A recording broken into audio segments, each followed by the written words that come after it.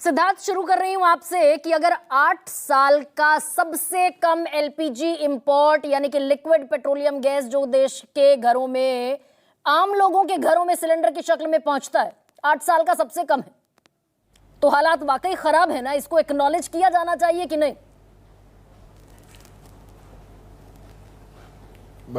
गरिमा जी नमस्कार, आपके सभी दर्शकों को नमस्कार। मुझे गरिमा जी हमारी इस पूरी चर्चा का या आपके इस प्रश्न का एक आधार नहीं समझ में आया। दुनिया के अंदर वैश्विक संकट है, जहां से सबसे ज्यादा ऑयल इंपोर्ट किया जाता है, एलपीजी का जो रूट है वहां पर सैंक्शंस हैं। पूरी दुनिया उस संकट को, उस ऑयल रिडक्शन को झेल रही है। तो हम इस प्रश्न से हम कौन सी नई बात को पूछ रहे हैं? क्या दुनिया में युद्ध नहीं हो रहा?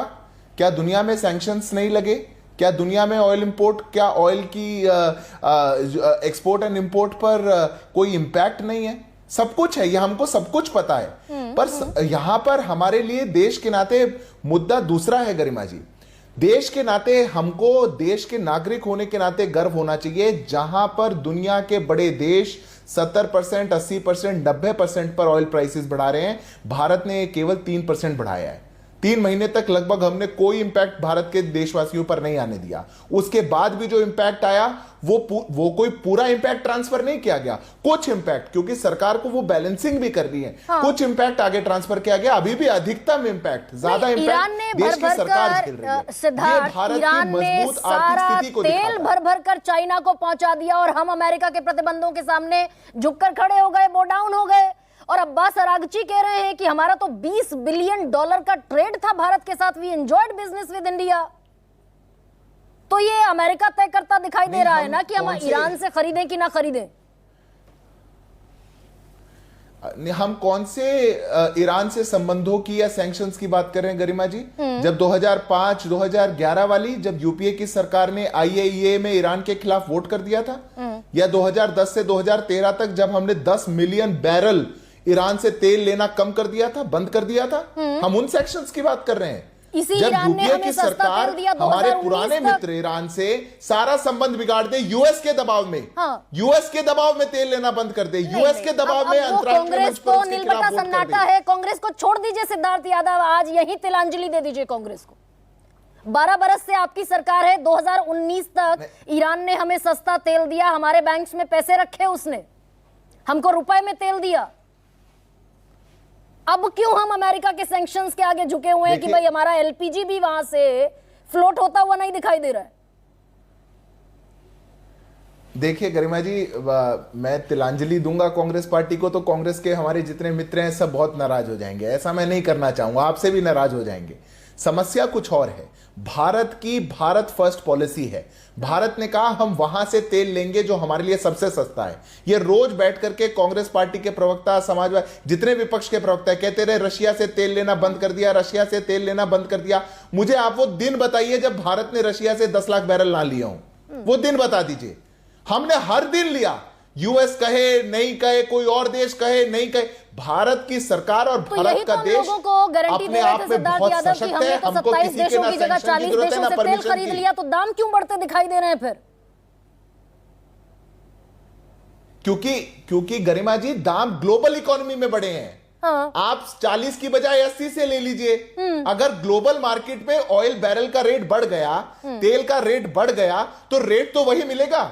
पर यह भारत के डिस्क्रेडिट की बात नहीं हो सकती। तो एक साल के अंदर कोई एक देश 27 से बढ़ाकर के 43 से लेने लग जाए, यह सरकार की काबिलियत है या नाकामी है?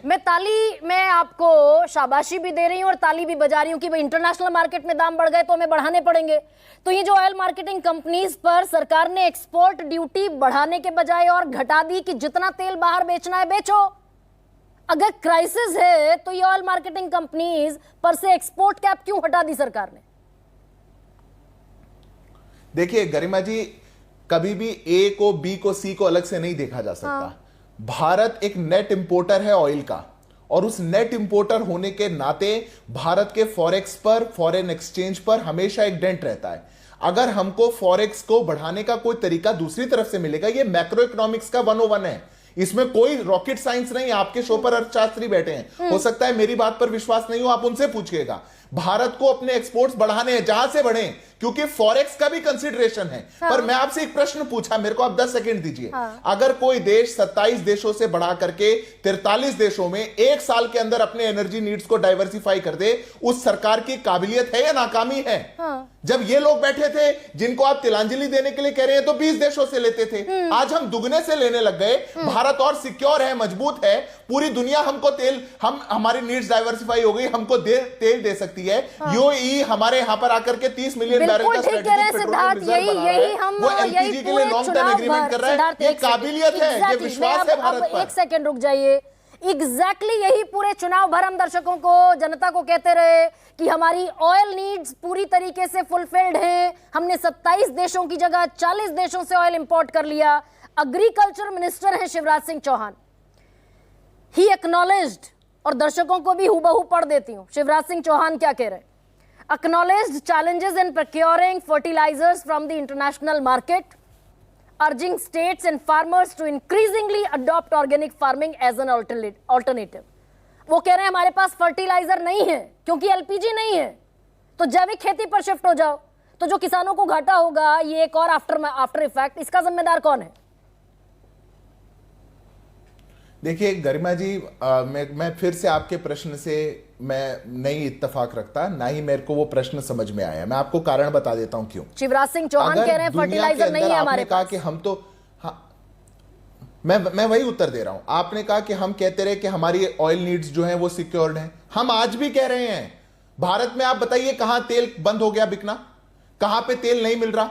तेल का दाम बढ़ना और तेल खत्म होने में फर्क है। अगर हमने 41 देशों से लेने लगे, बढ़ा हुआ दाम तो पूरी दुनिया के लिए उसी पे लेना पड़ेगा। पर देश में तेल की किल्लत नहीं हुई, 4 डे वीक नहीं हुआ हमारा देश। हमारा देश पाकिस्तान बांग्लादेश की तरह नहीं है। आप शायद जमीनी हकीकत से वाकिफ नहीं है। 27 पेट्रोल पंप बिहार में ड्राई हो गए। कहां पर ड्राई आउट है गरिमा जी? बिहार में, पटना में। कहां पर ड्राई आउट है? किशनगंज में बाकायदा बांग्लादेश से बोतल भर भर कर लोग ला रहे हैं, बेच रहे हैं 25 से 30 रुपए पर लीटर ज्यादा। आप गरिमा जी, आप एक नेशनल टेलीविजन है, किसी पेट्रोल पंप या किसी रीजन की कोई एक्यूट शॉर्टेज को आप देश की तेल की कमी को मत बताइए। देश की तेल में नहीं है कमी। जो देश का इंपोर्ट होता है, ये केपलार का डेटा है सबके सामने, कितना इंपोर्ट हो रहा है, कितनी खपत हो रही है। हम चाह रहे, हमने आग्रह किया देशवासियों से, हमको कम कंज्यूम करना है ऑयल और डीजल। इसलिए नहीं क्योंकि हमारे पास खत्म है, इसलिए क्योंकि हम नेट इंपोर्टर हैं, हमको डॉलर भी बचा करके रखना है, मैक्रो इकोनॉमिक्स के लिए जरूरी है। आप किसी दाम पर लीजिए, पर देश के नाते हमको अपनी खपत को कम करना पड़ेगा, यह प्रधानमंत्री जी का आग्रह। और ये युद्ध की वजह से हो रहा है सिद्धार्थ। आप एलपीजी की फर्टिलाइजर की बात कर रहे हैं, अगर एलपीजी का बाय प्रोडक्ट फर्टिलाइजर, बीजेपी का तर्क यह है कि ये युद्ध की वजह से संकट खड़ा हुआ। ये हमारा तर्क नहीं है, ये सच्चाई है गरिमा जी। आप बताइए, युद्ध की वजह से नहीं हुआ तो किस वजह से हुआ? बताइए क्यों बढ़ रहे हैं दाम? अच्छा, क्यों किल्लत? हॉर्मुज क्यों बंद है? राहुल गांधी रैली थोड़ी कर रहे हैं हॉर्मुज में जाके कि हॉर्मुज बंद हो गया। युद्ध है इसलिए तो बंद है। रुपया 96 रुपए 90 पैसे के ऑल टाइम लो पर आया है, ये युद्ध की वजह से ना। देखिए गरिमा जी, मेरे को लगता है कि जो विषय, ये क्योंकि कॉम्प्लेक्स इकोनॉमिक्स के विषय हमको इनको अलग अलग